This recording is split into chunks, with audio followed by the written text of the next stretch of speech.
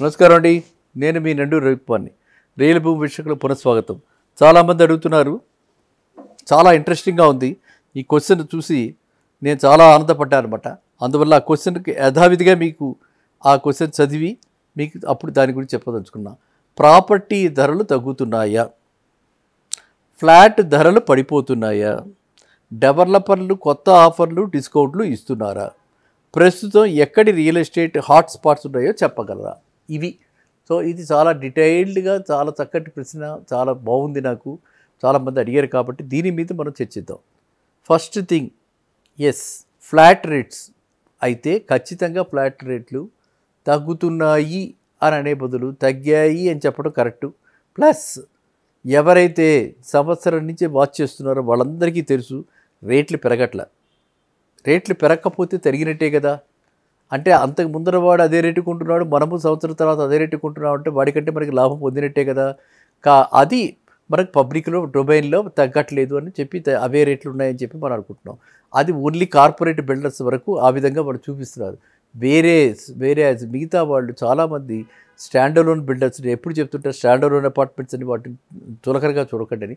అలాంటి stand alone builders కానీ లేకపోతే చిన్న చిన్న గేటెడ్ కమ్యూనిటీస్లో 150-200 ఉండేటువంటి గేటెడ్ కమ్యూనిటీస్ ఎవరైతే లోకల్ బిల్డర్స్ కట్టారో, అన్ని బ్యూటిఫుల్ స్పెసిఫికేషన్స్ తోటి కట్టారో వాళ్ళు కానీ ఇప్పుడు రేట్లు తగ్గించే ₹100 200 తగ్గించుకునే బజార్లో పబ్లిక్లో అంటే బ్రోచర్ ప్రైస్ తగ్గట్ల, బ్రోచర్ ప్రైస్ అలాగే ఉంచి వీళ్ళు నెగోషియేషన్ చేసుకుని పేమెంట్ టర్మ్స్ని బట్టి తగ్గించడం జరుగుతుంది. అర్థమైందండి. నేను గతంలో కూడా మీకు చెప్పాను, 5200 5300 కోట్ చేసి మనకి ఎక్కడ కోంపల్లి దగ్గర కానీ లేకపోతే ఇటు పక్కన కోల్లూరు దగ్గర కానీ ఈ ఏరియాస్ ఎప్పుడు కూడా ఈ ఏరియాస్ని ఎక్కువ ఫోకస్ పెట్టుకుంటాం. ఎందుకంటే ఒకటి అన్న సికింద్రాబాద్కి దగ్గర, ఒకటి అన్న ఫైనాన్షియల్ డిస్ట్రిక్ట్కి గచ్చిబౌలికి దగ్గర. మనకి అంతా మ్యాక్సిమం ఉన్నదంతా కూడా ఐటీ సెక్టర్ కాబట్టి ఈ రెండు ప్లేసెస్ మీద కేంద్రీకృత మనం ఫోకస్ చేస్తాం కాబట్టి మనము ఆ రెండు ప్లేసెస్ గురించి మాట్లాడుకోవడం జరుగుతుంటుంది. ఓకేనా. సో అక్కడ 5200 5300 అలా ఆ రేంజ్లో కోట్ చేసి వాళ్ళు క్లోజ్ చేస్తుంది 47 48కి క్లోజ్ చేస్తున్నారు. నేను గతంలో ఇన్వెస్టర్ షేర్స్ గురించి, అభినందన ఇన్ఫ్రా గురించి చెప్పడం జరిగింది. అందులో ఈ రోజుకి కూడా ఇన్వెస్టర్ షేర్స్ ఏవైతే ఉన్నాయో అవన్నీ కూడా 47 ఆ రేంజ్లోనే క్లోజ్ అవుతున్నాయి. సో అక్కడ మనకి ఏంటి అడ్వాంటేజీ, 10 ఫ్లోర్లు ఉన్నప్పటికీ కూడా మనకి no floor rise, no east face premium, no garden view premium, no club view premium, no premium, absolutely no premium. అది ఇన్వెస్టర్ షేర్స్తో ఉన్న అడ్వాంటేజ్.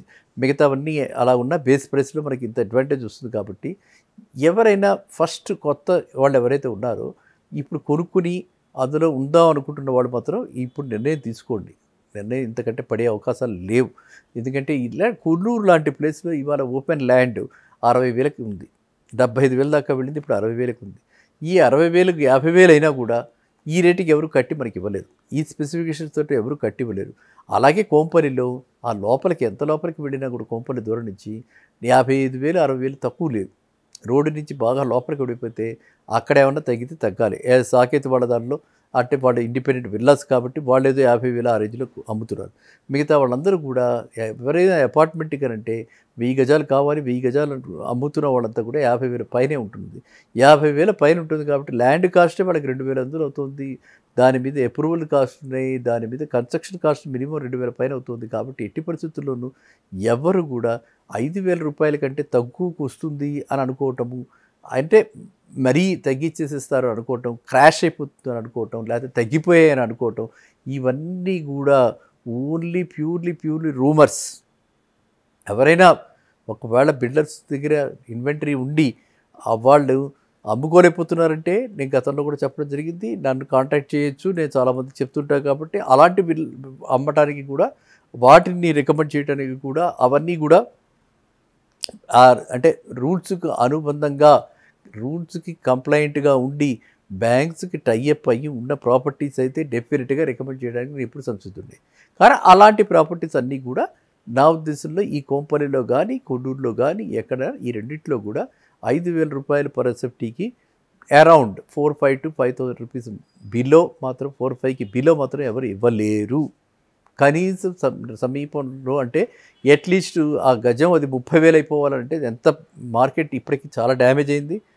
ఇంకా ఫర్దర్ డ్యామేజ్ అవ్వాలి, ఇంకా ఇదే విధంగా కొనసాగితే అంటే అనదర్ 6 months కనుక కొనసాగితే, another 1 year down the line ఇదే విధంగా కనుక ఉంటే అప్పుడు ఏమైనా అలాంటి పరిస్థితులు రావచ్చు. అది చాలా అంటే విపరీతమైనటువంటి పరిస్థితులు అనమాట. అలాంటి పరిస్థితులు రాకూడదని మనం కోరుకోవాలి. ఎందుకంటే అందరూ సర్వేజన సుఖినో భవంతు అని అంటాం కాబట్టి అందరు బిల్డర్స్ కూడా అందరూ బాగుండాలి. కాబట్టి real estate industry primary source of income for government. కాబట్టి ఇదే రియల్ ఎస్టేట్ ఇండస్ట్రీ మీద డిపెండ్ అయ్యి అట్లీస్ట్ హైదరాబాద్లో 1000 మంది పైన బిల్డర్స్ అనార్గనైజ్డ్ సెక్టర్లో ఉన్నారు. కాబట్టి చిన్న చితక అందరూ కలిపి నేను చెప్తున్నాను, అలాంటి వాళ్ళందరూ ఉన్నారు. కాబట్టి మనం అలాంటివి కోరుకోవద్దు.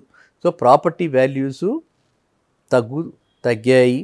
తగ్గుముఖంగా తగ్గాయి, కొంచెం ఫ్లాటెన్ అయ్యాయి, కొంచెం స్థిరత్వం పొందుతున్నాయి. ఇక్కడి నుంచి కొత్త ప్రాజెక్ట్స్ లేవు కాబట్టి చాలా తగ్గాయి. కాబట్టి కొత్త ప్రాజెక్ట్స్ ఎక్సెప్ట్ కార్పొరేట్లో ఏదో గోడ్రేజ్ వాళ్ళు ఒకటి, లేకపోతే హై ఎండ్లో వీళ్ళు ప్రెస్టేజ్ వాళ్ళు ఒకటి, లేకపోతే మన బ్రిగేడ్ వాళ్ళు ఒకటి, వీళ్ళు తప్పితే మిగతా వాళ్ళంతా కూడా హోల్డ్లో పెట్టారు. పెద్ద కొత్త ప్రాపర్టీస్ ఏవి కూడా రావట్లేదు, అప్రూవల్స్కి వెళ్ళటం లేదు. ఎవరు కొత్త బిల్డర్స్ వెంచర్ చేయట్లేదు. కాబట్టి ఎప్పుడైతే మనకి అవైలబిలిటీ తగ్గుతుందో ఆటోమేటిక్గా డిమాండ్, సప్లై తగ్గింది, డిమాండ్ పెరుగుతుంది. సో కొత్త వాళ్ళకి, ఫస్ట్ హోమ్ బయర్స్కి ఇదే చాలా చక్కటి అవకాశం.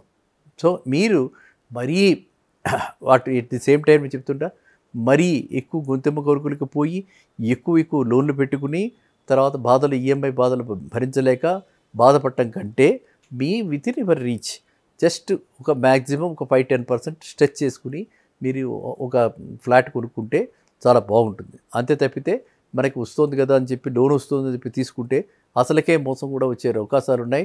గ్లోబల్గా పరిస్థితులు బాగాలేదు, గ్లోబల్గా పరిస్థితులు ఏమాత్రం బాగాలేదు. అండ్ మనమంతా అనుకునేటువంటి ఐటీ క్యాపిటల్, ఐటీ హబ్ కాబట్టి హైదరాబాదు ఐటీ చాలా అనిశ్చరతతో కూడినది. ఎక్స్పోర్ట్స్ చాలా అంటే ఎటువంటి పొంచి ఉన్న ప్రమాదం ఏమిటో తెలియని పరిస్థితుల్లో అందరూ ఉన్నారు. కాబట్టి నేను చెప్పే సలహా మాత్రం యువత ఎవరు కూడా ఎక్కువ భారం పెట్టుకోకండి, పెద్ద లోన్లు బియాండ్ యువర్ రీచ్ తీసుకోకండి. మనం ఏదో వచ్చేస్తుందని చెప్పి ప్రమోషన్లు వస్తాయని అనుకునేంత ఆశాజనకంగా ప్రస్తుతం భవిష్యత్తు కనిపించట్లేదు. కాబట్టి మీరంతా కూడా with in your limits, with in your limits మీరు కొనుక్కుని మీకు కావాల్సినంత విస్తీర్ణంలో కొనుక్కుని 2000 SFT అంటే 1800 SFTకి సరిపోతుంది కూడా అందులోనే కొనుక్కుని ఆ విధంగా నెగోషియేట్ చేసుకుని అందరూ కూడా గృహస్థులు కండి. మళ్ళీ కలుద్దాం నెక్స్ట్ వీడియో. నమస్కారం.